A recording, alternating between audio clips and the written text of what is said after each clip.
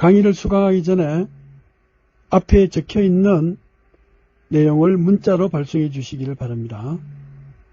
이름, 학번, 과목명, 강좌번호 이 순서로 010-3752-0902번으로 교수에게 문자를 발송해 주시기를 바랍니다. 자, 오늘은 전번 그 강의에 이어가지고 MPEG 오디오의 레이어에 대한 얘기를 합니다. 여기 MPEG 비디오와는 달리 오디오는 레이어가 압축률에 따른 비율입니다. 원래 이제 이 오디오의 퀄리티가 예를 들어서 1.4 메가bps 정도가 돼야 돼요. 압축을 하면은 이제 더 낮아지지만 아무튼 대상이 1.4 메가bps 정도 되는 거를 가지고 그걸 가지고 이제 전송을 해야 되는데, 그러면 그게 비디오와 달리 오디오는 끊김없이 지속으로 나와야 돼요. 그러다 보니까 상당히 많은 양이 될 수가 있어요. 시간 내내 나와야 되니까. 왜냐하면 스틸 이미지는 한 장에 대해서만 하면 되잖아요. 근데 그 동영상은 30분의 1초마다 한 장씩 나오니까 이것이 이제 데이터량이 많아지는 것처럼 오디오도 끊임없이 계속 나와야 돼요. 중간에 끊기면 사람은 청각 특성상 되게 궁금해요. 그러니까 그 궁금해하는 것을 해소하는 방법은 계속 지속적으로 연속적으로 컨티뉴어스하게 사운드는 계속 나와야 된다. 그래서 이게 연속 전송률이 돼야 돼요. 그러니까 레이어 1은 스테레오 사운드일 때 이게 256kbps를 목표로 해요. 스테레오면 두 채널이잖아요. 그 다음에 레이어 1은 이 연속일 때 192kbps, 레이어 2는 192kbps를 목표로 하고요. 보통 MP3라고 하는 것은 레이어 3에 해당되는데 스테레오일 때 128kbps예요. 요거 말고 요 최근에 쓰고 있는 2010년 이후에 쓰고 있는 MP4 플레이어는 그것은 물론 아주 상용화된 건 2015년부터지만은 그것은 64kbps를 스테레오 채널로 스테레오 사운드를 64kbps로 압축하는 거예요. 그러니까 압축률만 낮췄다 그러는 게 아니고 음질도 되게 좋아지는데요. 날이 갈수록 기술력이 그만큼 있다는 거죠. 그래서 초기에 MPEG 오디오는 이제 90년 중후반부터 이렇게 나오기 시작했는데 실제 사용한 것은 2000년 초반이지만요. MPEG 오디오, 즉 MPEG이라는 게 동영상 압축이지만 그게 따르는 오디오도 나와야 되죠. 왜냐하면 사람이 오감을 풍요롭게 해야 되니까 눈으로 보는 것도 좋아야 되지만 귀로 들리는 것도 좋아야 돼요. 그러니까 256kbps로 압축을 한다. 그러면은 한 오디오가 1.4mbps니까 한 6분의 1 정도로 6분의 1 정도로 압축을 하는 것이다. 6분의 1로. 그러면서도 끊김이 없이 아주 음질이 좋아야 돼요. 그래서 초기에 MPEG 1 비디오 나왔을 때 MPEG 1 오디오의 고급 오디오가 나오는데 여기에 사용하는 기술을 여기다 요약을 해놨어요. 이 요약된 기술이 이제 헤드 스타트 비트하고 헤드 비트하고 이어가지고 요 압축 방식을 쓰는 거예요. 자, 그럼 어떻게 하느냐? 우리가 서브밴드라는 거는 뭐냐면 원래 사람 귀로 20Hz부터 20,000Hz를 듣지만 요거를 로그 스케일로 이렇게 바꿔가지고 32개의 서브밴드로 나눠요. 즉 저주파 쪽으로는 아주 세세하게 이렇게 하지만 고주파 쪽으로 갈수록 덤성덤성하게 이 밴드를 나눠가지고요. 그래도 사람 귀는 못 알아듣는다는 거죠. 32개의 서브밴드를 나누고 그 다음에 여기에 보니까 스케일 벡터라고 그래가지고 이 스케일 벡터는 그거예요. 즉 우리가 청각 특성 5가지를 이용한다 그랬잖아요. 그 5가지 청각 특성 그거를 몇 비트로 서브밴드 중에서 살아있는 것만 2비트로 한다든지 4비트로 한다든지 32개 서브밴드지만 우리가 5가지 청각 특성으로 이렇게 하면 없는 밴드가 많아요. 밴드 32개의 밴드 중에서 20Hz부터 20000Hz 32개의 밴드. 이 밴드라는 거는 이 레벨이 아니고요. 주파수예요. 주파수 폭을 20Hz부터 20000Hz까지 로그 스케일로, 주파수를 로그 스케일로 해가지고 32개로 나눴다는 거예요. 이렇게 32개의 서브 밴드를 해서 그 중에 실제 사람 귀로 들릴 수 있는 소리, 성분 있는 것만 2비트, 1비트, 2비트, 4비트 뭐 이렇게 나눠가지고 이렇게 하는 거예요. 그걸 스케일 벡터라고 그래요. 그래서 거기에 스케일 벡터별로 비트를 몇 비트를 하려 할든지, 또 이 프레임이라고 그러는데, 동영상에는 어떤가요? 동영상, 비디오에서는 30분의 1초마다 한 번씩은 보내줘야 된다는 게 이미 정해져 있잖아요. 왜냐하면 사람의 시각은 빛일 경우에 이제 유지되는 기간이 적어도 30분의 1초. 그게 아니고 물감으로 주어져 있는 이런 경우에, 스크린에 주어져 있는 경우에는 24장만 하면 돼요. 24장만 하니까 1초에 24개의 프레임이 필요하다. 근데 보통은 빛에 의해서 합성이 되는 거니까 우리가 지금 컴퓨터나 이런 데서 하고 있는 거는 1초에 30프레임이 있어야 된다고 그랬잖아요. 근데 여기 오디오도 사람의 귀는 어떻게 했어요? 적어도 예를 들어서 50ms 사이의 변화는 그거는 어떻게 받아들이냐면 3D를 받아들이는 거예요. 귀가 두 개지만은 앞에서 뒤에서 위에서 아래에서 이렇게 3D로 받아들이는데 그거는 이 시간의 딜레이에 의해서 파악을 하게 돼 있어요. 동일한 시간알이. 그러니까 50ms 정도까지는 결국은 변동을 그렇게 커버하지 않아도 된다. 왜냐하면 초기에는 스테레오를 기본으로 삼았다 그랬잖아요. 3D를 삼은 게 아니고 스테레오를 했어요. 그래서 한 50ms 이내에 이거를 한 프레임으로 하는데, 그러면 딱딱딱딱 끊기니까 이거를 한 25mm나 30ms를 이렇게 오버랩을 시켜가지고 계산을 해요. 그러니까 50ms 간격마다 한 프레임으로 잡지만 이렇게 잘라지는 부분이 이어져야 되니까, 연속이어야 되니까 이거를 한 30ms, 30ms 이렇게 해가지고 10ms 정도는 겹치게 해가지고, 그래서 정보를 보내줘가지고 연속적으로 하기 때문에 그런 30ms 정도를 한 샘플 프레임 구간으로 삼는다.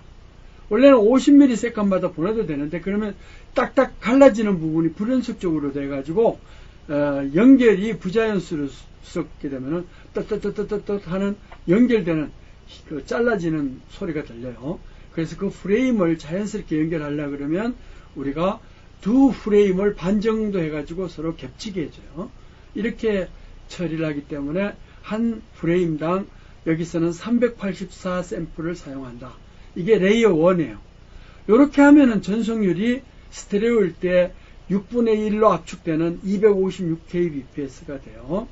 근데 우리는 뭐 레이어 2도 있지만 레이어 3에서 MP3 플레이어라고 해서 오랫동안 썼기 때문에 엠팩 오디오에서 쓰는 레이어 3, 계층이 레이어예요. 레이어 3. 이거를 MP3 플레이어라 그래가지고 2000년 이후부터 아주 각광을 받기 시작을 했어요. 물론 90년 중후반에서도 아주 부분적으로 나오긴 했지만은 2000년 이후부터 아주 각광을 받기 시작했죠. 그래서 MP3 플레이어, 이거는 어떻게 해요? 압축을 즉 레이어 1에 다시 2분의 1로 더 줄여서 약 12분의 1로 압축하는 거예요. 원래 오디오는 적어도 스테레오 사운드일 때 1.4Mbps는 돼야 된다. 근데 1.4Mbps를 압축을 하면, 이걸 12분의 1 정도로 압축하면은 결국은 128kbps로 압축을 할 수가 있어요. 128kbps로 압축을 하면, 그러면 스테레오 사운드요. 그러니까 두 개의 채널을 스테레오 사운드라고 그래요. 레프트, 라이트 귀가 있잖아요. 그 두 소리가 스테레오 사운드가 목표니까 레이어 3일 때 해요. 엠팩4부터는 이제 5.1 채널까지 하는 거죠. 그렇다고 해서 360도까지는 되지만 뭐 스테레오 이상을 벗어나지는 않아요. 그걸 아무튼 여기서는 스테레오 채널을 기본으로 삼는다, 이제 이렇게 볼 수가 있어요. 자, 스테레오 채널을 가지고 레이어 3, MP3 플레이어를 이렇게 하는 것이 많이 했어요. MPEG 오디오 레이어 3를 MP3 플레이어의 스탠다드로 쓴다. 그 원래는 메모리 미디어 플레이어예요. MP3는. 자, 그렇게 했을 때 이 프레임이 길어져야 돼요. 그러게도 연결이 자연스럽고 아주 음질이 좋아야 된단 말이에요. 그래서 이 한 프레임 사이즈는 여기는 1152라고 써놨나요? 1152 정도 이렇게 프레임당 샘플 수를 이렇게 써요. 샘플이 길어져야 전송률이 그만큼 줄어드니까. 여기 또 서브밴드는 32개로 똑같이 하고 스케일 팩터나 이런 것을 좀 고도화해 가지고 압축을 훨씬 더 많이 했어요. 그 다음에 이제 이렇게 나온 데이터를 그냥 전송하지 않고 비디오 코딩에서 허프만 코딩이라는 거 있죠. 허프만. 이건 뭐냐면은 이 허프만 코딩은 저것도 들어가 있어요. 허프만 코딩에는 기본적으로 거기에 압축 코딩을 했을 때 빈도수가 찾아지잖아요. 그 빈도수에 비례적으로 빈도가 높은 거를 최소 빗도로 하는 베리어블 랭스 코드를 이제 이름을 따가지고 허프만의 이름을 따가지고 이제 제공을 하고 있다. 이렇게 볼 수 있어요. 그래서 이런 복잡도가 90년도 중후반 기술로서는 CPU가 한 80, 386, 486 나오는 이런 무렵이었어요. 그러다 보니까 처리하기가 아주 어려웠어요. 그러니까 별도의 전용 CPU를 써야 돼요. 오디오를 처리하기 위해서. 그래서 그때는 하드웨어 구조가 레이어 1은 6분의 1 정도에 압축하니까 뭐 아주 중규모였지만 레이어 3 정도 되면은 아주 하드웨어 구조가 복잡성이 아주 높아야 된다. 그러니까 처리할 게 많아진다는 거죠. 그런 식으로 압축을 할 수가 있어요. 자, 이거를 이제 주파수를 이렇게 자르는 방법이에요. 이게 주파수를 만약에 이렇게 있다면 20Hz부터 20Hz부터 20000Hz까지 이렇게 있다 그러면 이렇게 시그널이 막 있을 거 아니에요. 이거를 로그 스케일로 바꿔가지고 32개의 서브 밴드, 즉 32개의 부분 주파수 대역으로 나눠가지고 그래서 코딩을 해요. 근데 오디오가 꼭 20kHz 이내에 있다고 보장을 못 하잖아요. 그러니까 만약에 20kHz 이내에 있다면은 요거에 두 배의 주파수 이상으로 샘플링을 하면 돼요. 그게 나이키스트 샘플링 세림이에요. 그러니까 20kHz 이상의 성분을 먼저 잘라내야 되는데 요거는 다행스럽게 오디오가 20kHz 이내의 소리 성분만 존재해요. 자, 그럴 때는 그냥 2배에 해당되는 40kHz로 샘플링을 해가지고 나중에 처리를 해가지고 요거를 로패스 필터 시키면은 요것만 딸랑 남아요. 이렇게 복호화 과정에서. 근데 오디오가 만약에 한 30kHz까지 오디오 성분이 들어가 있다. 그러면은 20kHz 이상은 들리지도 않잖아요. 근데 요게 간섭을 일으켜버려요. 그냥 20kHz 이상 성분이, 즉 30kHz까지 성분이 존재한다 그러면 그거를 40kHz 2배로 샘플링을 하잖아요. 그래가지고 나중에 처리해가지고 로패스 필터 처리를 하면 요 높은 쪽에 있는 20kHz 이상의 성분이 엘리어징 이펙트를 일으켜요. 저 복사를 시켜버려가지고 일대 오디오를 들으면 30kHz 성분이 20kHz 이하로 와가지고 잡음으로 작용을 하는데, 그러면 이때 오디오를 들어보면은 이 오디오 음악도 들리지만 슉 하는 화이트 사운드가 여기서 들리게 돼요. 여기 넘어와가지고. 그래가지고 이 오디오가 노이즈를 막 유발시키는, 그래서 엘리어징 노이즈라고 그래요. 엘리어징 노이즈가 이게 복사가 되니까, 그래서 이럴 경우는 어떻게 하느냐면 오디오가 지금 최대 주파수가 얼마인지 모르잖아요. 그러니까 20kHz 이상은 잘라버려야 돼요. 처리하기 전에 잘라버려요. 로패스 필터라고 그러는데 20kHz 이하만 살려놓고 이상은 제거를 시켜버려요.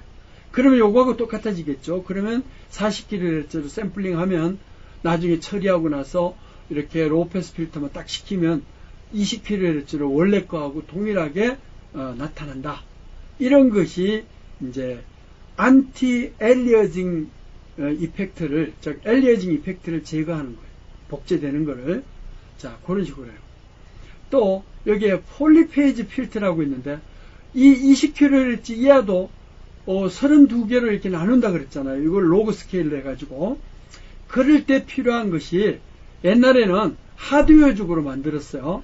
그래서 이걸 폴리페이지 필터라고 그래서 쿼드루처 미러 필터라는 걸로 이 막 그 코일이나 콘덴서 트랜시스터를 써가지고 만들었는데, 요즘은 이게 디지털 신호 처리로 해가지고 그럴 필요가 없어요. 그냥 디스크릿 코사인 트랜스폼 하면, 왜냐면 처음에 동영상 압축을 할 때는 DCT를 64개의 포인트로 했잖아요. 64개로 디스크릿한 주파수를 만들었잖아요. 그러니까 64개의 포인트로 막 했는데, 여기서 64개로 하면은 반을 하면 32개가 되죠. 그 32개가 바로 서브밴드 값이 돼버려요. 32개로 나눈 거기 때문에 주파수를. 그래서 디스크릿 코사인 트랜스폼을 그냥 쓰면 되는데, 이때는 이게 주파수가 낮고 하기 때문에 요때는 모디파이드 디스크릿 코사인 트랜스폼이라는, DCT는 DCT인데 좀 수정된 방법으로 해가지고 분해능을 높이는 게 있어요. 그런 식으로 하는 방법을, 즉 일종의 푸리에 트랜스폼이라고 그래가지고 변환을 하는데, 그거를 코사인만 취하면 디스크릿 코사인 트랜스폼이라고 그랬잖아요. 그 디스크릿 코사인 트랜스폼 DCT를 오디오, 엠팩 오디오에서도 사용을 해가지고 64개의 샘플을 반만 취하면, 그러면 32개가 됐잖아요. 자, 그렇게 되면 조건이 어떻게 돼요? 어떤 샘플 수가 아까 전에 프레임 전체를 취하지 못하니까 이것을 프레임 전체를 연장시켜가지고, 그렇게 해가지고 32개로 만들어내는 이런 방법을 사용을 하고 있어요. 자, 그렇게 해가지고 하는 것이 훨씬 좋아요. 옛날에는 한 90년 이전에는 폴리페이지 필터를 만들기가 어려웠는데, 90년 중후반부터는 이 디지털 신호처리, 즉 CPU를 쓰는 방법으로 쓰면, 디스크릿 코사인 트랜스폼을 쓰면 포인트 수가 2분의 1로 서브밴드가 딱 돼버려요. 샘플링이 40kHz로 돼버리면 반이 딱 되는 것이 32개가 남는데, 그게 바로 20kHz에 대해서 32개의 서브밴드가 나온다 이거죠. 개별적으로. 그래서 서브밴드 개별값을 처리하는, 이것이 바로 모디파이드 DCT, 수정된 디스크릿 코사인 트랜스폼을 엠팩 오디오에도 사용한다. 뭐 이것도 수식이 있고 그러는데, 그거는 그냥 참고로 이해하기를 바라요. 자, 이렇게 이제 오디오가 이렇게 프레임별로 어떻게 있어요? 엠팩 오디오 레이어 1은 이 한 프레임당 여기 384 샘플이고, MP3, 엠팩 3는 이거는 1152 샘플이에요. 샘플 수가 이렇게 많아질 거 아니에요? 이러한 것을 오디오 단위로 보면은 유닛이라 그래요. 예를 들어서 오디오 어쿠스틱 오디오를 이렇게 하는 것을 오디오 억세스 유닛이라고 그랬죠. AAU라고 그랬죠. 오디오 억세스 유닛이 프레임 단위로 딱딱 나오는 거예요. 프레임 단위로 자라락 하고 이렇게 순서를 열을 세울 수가 있잖아요. 그래서 여기 AAU가 여기 써놨으니까 오디오 억세스, 오디오를 취하는 단위가 한 프레임 단위인데, 이게 이제 MP 레이어 1이냐 레이어 3냐, 또 요즘은 레이어 4가 되는데 그게 엠팩 4 오디오가 돼요. 그러니까 엠팩 4는 뭐라 그랬죠? 압축률이 스테레오를 64kbps로 압축하는 정도로 그렇게 압축률이 높아졌다는 거예요. 자, 그러면 그렇게 이제 압축했을 때 무려 24분의 1로 압축한 거예요. 자, 그러면 레이어별로 요 사이즈는 다 다르겠죠. 오디오 유닛 자체가. 그래서 AU는 오디오 유닛이고 A는 억세스하는 단위예요. 오디오 억세스 유닛이에요. 그래서 한 프레임별로 자락하고 레이어별로 사이즈가 다 다르다. 그래서 하나를 딱 떼서 보면은 여기에 오디오 데이터가 있는 것이 한 프레임 사이즈고요. 그 다음에 이제 이게 부가적으로 뭐 에러 체크를 한다든가 할 때 부가 데이터가 들어가요.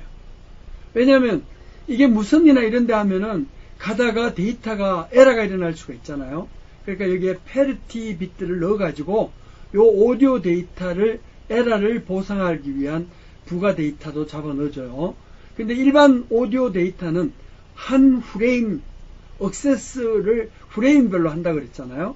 그래서 예를 들어서 레이어 1에서는 엠페그 오디오 레이어는 384고 예를 들어서 레이어 3에서는 1154비트가 한 프레임이라 그러면 그 프레임 사이즈만큼을 딱 취하는데 이것만 못 보내줘요. 그래서 먼저 스타트 비트, 이 스타트 비트는 32비트가 쭉 있는데 그 32비트를 체크해 봐가지고 이게 시작이 되는구나, AAU가 시작이 되는구나 하는 걸 알 수가 있어요.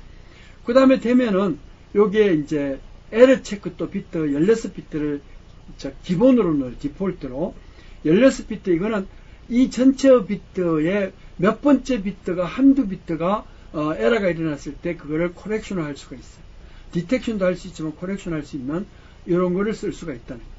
자, 여기서 이제 오디오 프레임별 데이터를 넣고 또 추가적으로 부가적으로 뭐 스테레오가 지금 어떤 식으로 모듈레이션이 되어 있는지, 즉 스테레오가 어떻게 코딩 되어 있는지 뭐 그 추가적인 데이터가 또 부과할 수도 있고, 또 여기에 에러 코렉팅 코드라고 그래가지고 인테리빙 해가지고 반복적으로 넣을 수도 있고 뭐 그렇게 돼 있어요. 그래서 부가 데이터를 넣어줄 수가 있다. 자, 이제 그런 식으로 해가지고 하나의 AAU가 이런 순서로 만들어져요. 먼저 헤드 비트 그룹이 있고, 그 다음에 에러 코렉팅, 에러 체크 그룹이 있고, 이거는 체크만 하는 거라 그러면 여기는 요 뒤에 있는 거는 에러 코렉션 하는 그 페리티 비트가 들어갈 수 있어요. 그래서 이건 프레임별의 오디오가 들어갈 수가 있다. 이제 이렇게 볼 수가 있어요. 자, 그래가지고 이제 AAU가 구성이 되면, 좀 더 이제 구체적으로, 여기서는 AAU가 오디오 데이터 뭐 있지만 여기 헤드 32개의 비트가 어떻게 구성이 되느냐. 32개의 비트는 스타트 비트인데 먼저 1이 딱 채워져 있고요. 1이 채워진 다음에 또 ID 비트라고 그래서 또 1이 채워지고, 그 다음에 레이어가 2비트가 이제 레이어 1이냐 2냐 3냐 4냐 뭐 이런 걸로 이렇게 나눠져 있어요.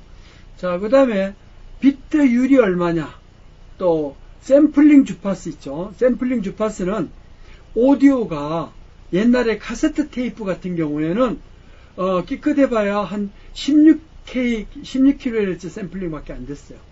근데 이제 방송국에서 그 당시에 80년도 이전까지만 쓰는 이 테이프는 릴 테이프예요.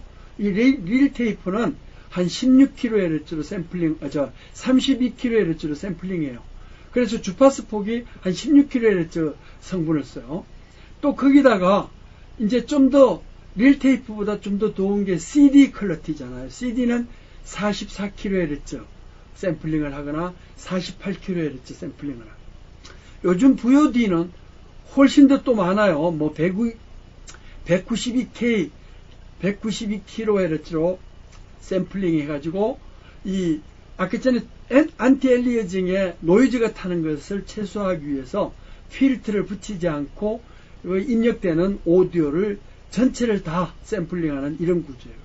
데이터는 많아지지만 음질은 별 처리 없이 음질은 아주 좋아지는 이런 구도로서요. 그 다음에 이제 여기에 저작권이라든가 이런 게 있는데 여기에 대한 설명이 여기에 주어져 있어요. 여기에 해당되는, 즉 32개의 비트가 헤드 비트가 들어가는데 이 헤드 비트가 첫 12비트는 전부 1로 채워져 가지고 동기 비트고, 또 ID 비트는 비트 1로 되고, 레이어는 이 2개의 비트로 레이어가 사인이 되고, 프로텍션 비트, 비트율 인덱스, 샘플링 레이트 뭐 이런 것들로 이렇게 주어지게 돼요. 그 맨 마지막에 있는 엠퍼시스, 이거 엠퍼시스도 용어인데요.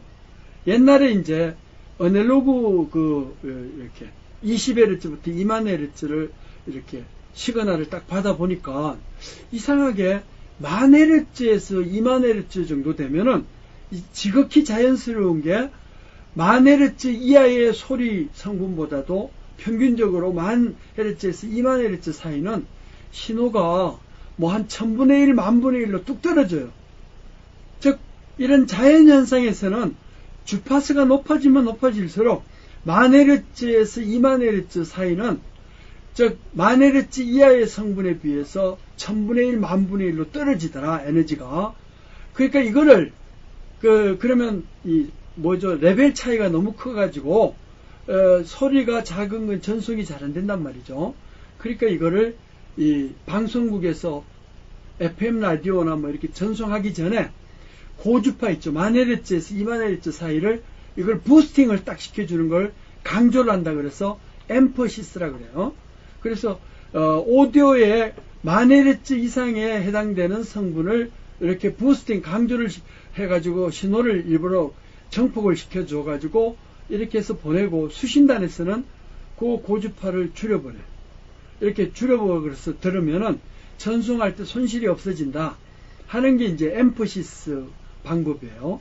그러니까 보낼 때는 고주파를 강조해가지고 레벨 차이를 작게 해가지고 보내주고, 받을 때는 그만큼 그 고주파를 낮춰줘 버리면 되잖아요. 이런 것이 엠퍼시스, 법조에서는 디엠퍼시스다. 용어예요, 용어. 자, 그래가지고 또 여기에 보니까 뭐 여러 설명이 있어요. 비트율 인덱스 뭐 이렇게 주어지고, 또 샘플링 주파수 앞에서 설명했듯이 44kHz, 48kHz, 32kHz, 뭐 16kHz 뭐 이런 식으로 이렇게 어사인을 해가지고 선정을 해요.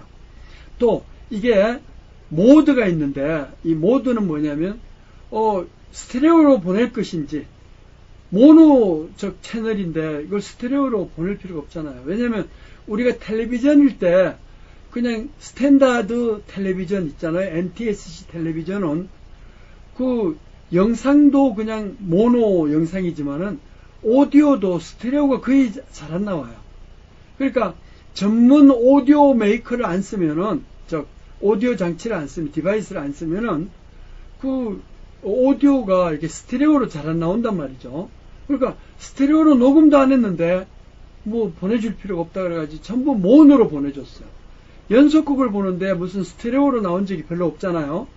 전문 오디오 장치다 그러면은 FM이나 뭐 이런 걸 통해 가지고 레프트 채널, 라이트 채널, 투 채널로 했지만은 이게 90년도 이전까지는 오디오 이 장치 방송국이라든가 뭐 이런 것이 전문적으로 스테레오로 들어가는 적이 없었어요. 그래서 90년 이후부터는 이제 스테레오가 본격적으로 송출도 되고 다음에 복원도 되고 이런 식으로 했어요. 물론 그때 80년도 이후에는 컴퓨터나 이런 데서는 스테레오로 녹음하고 스테레오로 복구도 하고 그랬지만은 본격적으로 되기 시작한 거는 90년 이후부터 스테레오가 됐다. 그러면 모노로 오면은 데이터가 2분의 1밖에 안 되잖아요. 압축할 것도. 그러니까 현재 스테레오를 다 쓰는 게 맞느냐? 아니면 또 조인트 스테레오라 그래가지고 낮은 20Hz부터 20,000Hz 사이에 4000Hz까지만 스테레오로 보내주고 4000Hz 이상은 스테레오로 해봐야 사람이 잘 못 들으니까 그 이상은 모노로 보내주자. 그래서 이런 걸 조인트 스테레오라 그래요. 그러면 그 20Hz부터 4000Hz까지만 아주 잘 예를 들어서 모델링을 하고, 즉 스테레오로 하고 4000Hz에서 20kHz까지는 이거는 그냥 모노로 보내준다. 이게 조인트 스테레오라 그래요. 그냥 용어적으로 이해해 주시기를 바라요. 그 다음에 스테레오가 아니고 그냥 서로 시차를 달리하는 서로 다른 독립된 두 개의 채널이냐. 그러면 연관성이 없어지죠. 압축률이 별로 높아지질 않아요. 그 다음에 이거는 모노 채널이냐. 모노는 두 개의 채널을 보내주는 두 개의 동일한 세기를 보내주니까 하나의 채널만 보내고 나중에 복호기에서 두 개를 동시에 이렇게 하면 되잖아요. 그래서 목소리 같은 거는 모노 채널로 대부분 보내고, 이제 음악이라든가 이런 것은 스테레오로 보내고 뭐 하는 그런 경우가 대부분이었어요. 근데 90년 이후부터는 스테레오 채널을 확실하게 하고, 다음에 엠팩4에서부터는 2000년도부터는 이 엠팩4에서는 오디오가 5.1 채널로 많이 써요. 그래서 영화관에 가면 어때요? 영상도 이렇게 스크린에만 보내지 않고 옆에 벽 이런 데 입체적으로 보내죠. 뭐 스타렉스니 뭐 하면서 옆에 이렇게 보여요. 그래서 하나면이 파노라마로 이렇게 수르륵 지나가게 하고 막 그래요. 벽면에서도 영상이 나오게 하는 그러한 그 영상관들이 많아요. 3D 영상관이 아니어도 2D만 하더라도 파노라마라고 그래가지고 일반 스크린은 좁으면은 왼쪽 오른쪽 벽면에다가도 같이 연결해가지고 딱 비춰주는 이런 식으로 되는 것처럼 이제는 오디오도 5.1 채널로 해가지고 입체 음량으로 이렇게 한다 그래요. 근데 사실 입체 음량이 하늘에서 땅에서 이렇게 하는 건 아니고 360도 5.1 채널이에요. 아직 그때까지. 요 최근에 들어와서 실감 음량에 들어가면 이제 2015년도부터 실감 음량에 막 입문을 하고 요즘은 실감 음량인데 실감 오디오, 리얼 오디오라 그래요. 그거는 하늘에서 천둥 번개가 칠 때는 위에서 반짝반짝 쾅쾅 그러고 다음에 땅에 지진이 일어나거나 뭐 이럴 때는 땅이 막 그냥 쿵 움직임이 일어나고 막 그런단 말이죠. 그거는 리얼 오디오, 실감 오디오라 그래요. 리얼라이제이션을 하는 거예요. 리얼 오디오. 이런 식으로 점차 오감을 아주 만족시켜요. 어디 앉아 있든지 간에 실제 리얼 환경에서 일어나는 것처럼 그렇게 이루어지고 있다 이렇게 볼 수 있어요. 자, 그리고 또 다른 설명도 있어요. 앞에 이제 여기 표에 있는 설명을 구체적으로 좀 디테일하게 설명하는 거예요. 그 다음에 이제 여기 모드 확장에서는 여기 보니까 어떻게 하면은 서브밴드를 좀 더 디테일하게 할 것이냐, 뭐 4비트로 할 것이냐, 아니면 경계를 넓힐 것이냐, 줄일 것이냐, 즉 서브밴드 이걸 사람의 연령에 따라서 다른데 낮은 쪽을 세세하게 들어요. 나이가 많으면 많을수록 만헤르츠 이하의 소리만 들으니까 만헤르츠 이상은 보내줘도 못 듣는데 그걸 보내줄 필요 없잖아요. 이제 그런 것이 즉 익스텐디드 모드라고 그래요. 확장 모드라고 그래요. 그 다음에 이제 이 확장 모드 중에서 또 스테레오가 어떻게 주느냐. 또 앞에서 이야기했죠. 엠퍼시스, 디엠퍼시스가 있는데 만헤르츠에서 2만헤르츠를 이렇게 높여가지고 보내줄 것이냐. 신호를 레벨을 높이면 그럼 레벨이 거의 균열이지만 어떻게 돼요? 베리어블 랭스 코드 할 때 그만큼 압축률이 좋아지는 거잖아요. 그죠? 베리어블 랭스가 한쪽으로 몰리면 몰릴수록 이 레벨의 차이가 만헤르츠 이상은 1000분의 1로 쭉 떨어지고 하면은 이게 안 좋단 말이에요. 그러니까 이걸 높여가지고 보내주는 이런 방식을 써요. 자, 이렇게 써서 디엠퍼시스로 이렇게 할 수 있는데 이러한 것을 어떻게 할 것이냐 하는 것이 이제 모드별로, 엠퍼시스 모드별로 이루어지게 된다는 거예요. 자, 이제 앞에서 우리가 어떤 설명을 했느냐면, 봐요. 기본적으로 AAU가 구성이 헤드 비트가 있고, 그 다음에 에러 체크가 있고, 오디오 데이터가 있는데, 요 헤드 비트에 대한 설명을 지금 했단 말이죠. 이렇게 엠퍼시스까지 했어요. 그러면 오디오 데이터는 어떻게 되느냐? 페리티 체크는 그냥 체크만 하면 되고, 페리티 발생기에 의해서 하면 되고, 그 다음에 오디오 데이터는 어떻게 하느냐? 오디오도 역시 스타트 비트가 주어져요. 비트 할당이 어떻게 주어지고, 스케일 벡터가 어떻게 되어주고, 그게 해당된 오디오가 2비트, 이 스케일 벡터는 2비트로 할 건지 4비트로 할 건지 이렇게 각각 살아있는 그런 그 서브밴드별로 할당을 이렇게 해주는 거예요. 자, 이제 요거를 구체적으로 좀 더 구체적으로 나타내는 것이 여기서는 비트 할당을 어떤 식으로 할 것이냐 이제 이걸 보여주고 있어요. 여기 비트 할당하는 거 있죠. 비트 할당. 요 비트 할당은 이제 요렇게요. 32개의 서브밴드 중에 낮은 쪽 4kHz까지만 스테레오하고 4kHz 이상은 이거는 예를 들어서 4000Hz 이상은 이거는 스테레오로 해도 잘 못 알아듣는다. 그러면 모노로 보내줘요. 이렇게 하면은 낮은 쪽 주파수는 4000Hz까지는 스테레오가 잘 분리가 되는데 그 이상은 분리가 안 되죠. 그래도 사람은 못 느껴요. 이거를 조인트 스테레오 방식이라고 해요. 그러면 왜 20Hz부터 2만Hz인데 4000Hz까지를 이렇게 32개로 구분했는데 반이 되느냐? 이거는 서브밴드 32개의 서브밴드를 로그 스케일로 했기 때문에 그래요. 로그 스케일로 하면 4000Hz까지 16개로 세세하게 하고 나머지 4000에서 2000Hz까지를 또 덤성덤성하게 로그 스케일로 이렇게 하는 것이다. 자, 그렇게 하더라도 사람 귀는 구분을 잘못해요. 어디에 뭐 허술한지 모른단 말이죠. 자, 이게 이제 우리가 인지 특성이라고 이야기를 했어요. 자, 그래서 이제 낮은 쪽 4000Hz가 스테레오라 그러면 이 중에서 이 데이터가 다 살아있느냐 안 살아있느냐, 요 중에 초기의 앞부분은 4비트로 하고 이게 2비트로 하고 1비트로 하고 이렇게 이제 결국은 비트 할당을 해주는 거예요. 여기에 비트 할당을 해요. 그 다음에 이 스케일을 어떻게 하느냐, 이제 스케일을 4000Hz까지 할 건지 아니면 20kHz까지 할 건지 뭐 이런 거예요. 그게 따라서 샘플링을 해주는 거예요. 자, 그래서 스케일 팩터는 뭐죠? 요 비트가 할당이 되고 이 스케일을 각각 빈 거 있잖아요. 여기는 뭐냐면 우리가 어떻게 미니멈 크리티컬 레벨이라든가 또 프리퀀시 마스킹, 타임 마스킹에서 가려져서 안 들리는 것들이에요. 여기 블랭크가 있는 거는, 안 들리는 거는 보내줄 필요 없잖아요. 그래서 이렇게 스케일링 하면 데이터가 있는 것만 어사인 한다는 게 스케일 팩터예요. 알겠죠? 이렇게 스케일 팩터를 해가지고 그래서 줄을 세워가지고 이렇게 보내준다. 요 스케일 배분율에 따라가지고 이렇게 줄을 세우는 거예요. 없는 거는 이렇게 미니멈 크리티컬 레벨 이하라든가 아니면 프리퀀시나 타임 마스킹 이펙트에 의해서 안 나오는 데이터들, 소리가 있어도 귀에 안 들리는 데이터는 보내줄 필요가 없잖아요. 그러니까 있는 것만 순번을 정해가지고 이렇게 보내주는 걸 스케일 팩터라고 한다.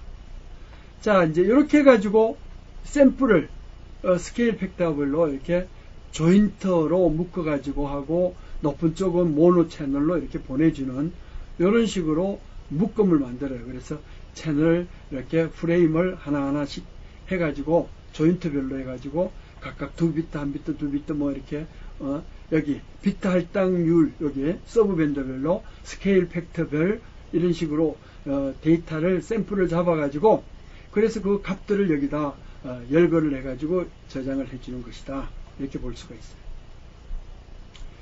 자, 이제 이거는 뭐냐면 실제 이렇게 저장되는 것이 중간에 서브밴드 있잖아요. 이게 이제 32개의 채널 중에서 블랭크 되는 거 있죠. 데이터가 없는 거. 없는 것이 5가지의 우리 이제 사람의 청각 인지 특성에 따른 그런 거에 의해서 없는 것도 있고 또 주파수가 높아질수록 비트 할당도 작게 하고 뭐 이런 거잖아요. 이런 거 해가지고 비트를 할당해가지고 값을 넣어주면 이제 이런 값들을 패턴을 그래프로 그려봤어요. 20Hz부터 20,000Hz까지. 여기 3500Hz가 가장 잘 들리니까 이 부분이 가장 데이터가 많아지는 거예요. 그런데 어떤 데이터가 있으면 그게 프리퀀시 마스킹이 돼가지고 그 레벨 이상 값만 보내줘요. 요 이상이 되는 요거.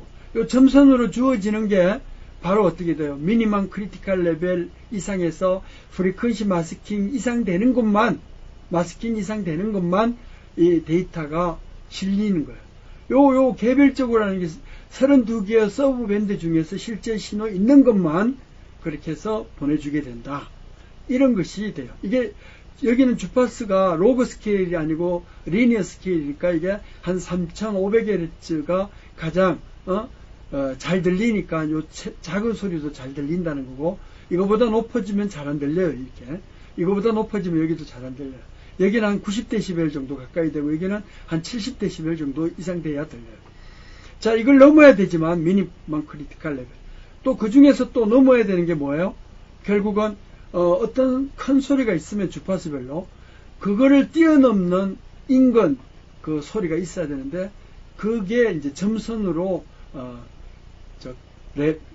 크리티컬 레벨을 이렇게 나타낼 수 있어요. 미니멈이 아니고 이제 프리퀀시 마스킹 이펙트, 뭐 타임 마스킹에서 크리티컬 레벨이 만들어지면 그러면 이제 그걸 뛰어넘는 것만 서브밴드 중에 살아남는 것이 되고 그 레벨을 2비트, 4비트, 그러니까 낮은 쪽에는 4비트로 사인하고 이게 비트 사인에 비트 할당에 그 다음에 있는 것만 하는 게 스케일 팩터고, 그게 값을 넣어주는 것이 이제 샘플이 되는데, 지금은 이렇게 샘플을 이렇게 만들어서 샘플을 냈지만 MPEG-4에 되면은 여기는 베리어블 랭스 코드를 어사인을 해가지고 한다. 그 MPEG-4 오디오는 나중에 따로 하기 때문에 여기서는 즉 MPEG 오디오 레이어 3까지만 설명을 했어요.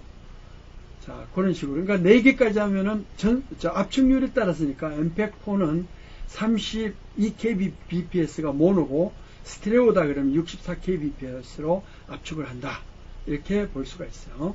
수고했습니다.